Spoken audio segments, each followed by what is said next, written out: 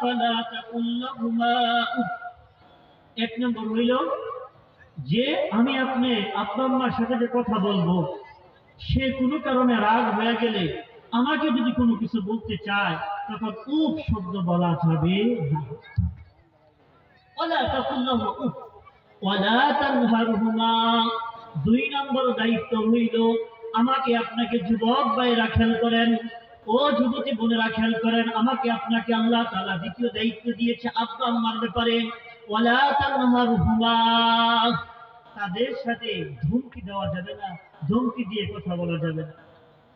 ওয়াকুল লাহুমা কওলান কারীমা, তাদের সাথে নরম স্বরে কথা বলতে দিলাহুমা জানাহা যুল্লি মিনার রাহমা। যখন আমরা তাদের সামনে যাইব খুব নমনীয় আচরণ করে যেতে হবে। আমি সাধারণ মানুষের সামনে যেইভাবে যাই এইভাবে কিন্তু আমি আব্বা আম্মার সামনে যাইতে পারবো না, কারণ আমার আব্বা আম্মা হইল আল্লাহর পরেই সবচেয়ে সম্মানের পাত্র। এই জন্য যখন আমি আপনার আব্বা আম্মার সামনে যাইব তখন একেবারে নরম হয়ে যাইব, সিনাকে টান করে তার সামনে যাওয়া যাবে না, আল্লাহ আমাকে অনুমতি দেয় নাই। ولا تنهرهما وقل لهما قولا كريما واخفض لهما جناح الذل من الرحمة وقل رب ارحمهما كما ربياني صغيرا। যে উনাদের জন্য দোয়া করা লাগবে। আব্বা আম্মার প্রাপ্ত হইল, আমার আব্বা আম্মা যদি ইন্তেকাল করে থাকেন তাহলে অবশ্যই তাদের জন্য দোয়া করা।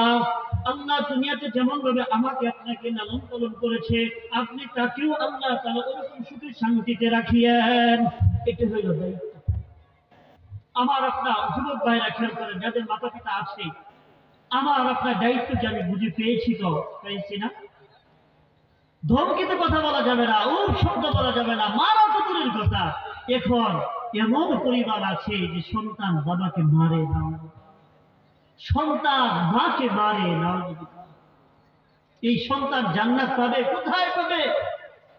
হুমা জান্নাতুকা নারুকা, আল্লাহ রাসূল বলেছেন এটি হলো তোমার জান্নাতের টুকরা দুটো। তোমার আব্বা তোমার আম্মা হলো তোমার জান্নাত। তুমি আব্বা আম্মাকে রাজি করেছ, আল্লাহ রাজি হয়ে যাইবে, তুমি জান্নাত হয়ে যাইবা।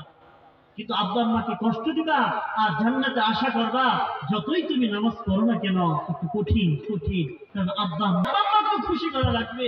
কারণ আব্বা আম্মা যদি খুশি থাকে তখনই আল্লাহ খুশি হবে। কিন্তু আফসোসের বিষয়, দেখেন এমনও পরিবার আছে যেখানে একটা মা 3টা 4টা 5টা সন্তানকে সে গর্ভে ধারণ করেছে, একটা পেটের ভিতর 5 জন 7 জন সন্তান সে নিয়েছে।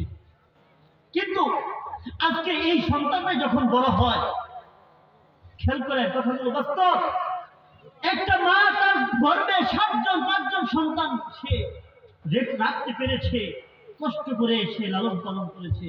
কিন্তু এই সন্তানরা যখন বড় হয়, এই 5 জন সন্তান মিলেও একটা মাকে লালন পালন করতে পারে না, 5 জন সন্তান মিলেও নিজের বাবাকে সে লালন পালন করতে পারে না, সেবা করতে পারে না, ঘর থেকে বের করে দেয়। এখন এরকম ইতিহাস বহুত আছে না?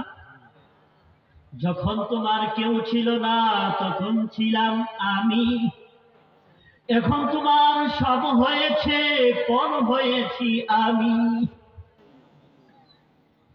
আমি এই ঘরে আসার পর মা যেন বলতে থাকে, আমি যখন ঘরে আসছি তোমরা তো কেউই ছিল না, এই ঘরের দায়িত্ব তো আমাকে আমার শাশুড়ি বুঝিয়ে দিয়ে গিয়েছেন, তোমাদেরকে আমি লালন পালন করেছি, কষ্ট করেছি, সেই সময় তো তোমরা কেউই ছিল না, তোমাদেরকে একে একে আমি বড় করলাম, বড় করার পরে বিয়ে শাদী করাইলাম।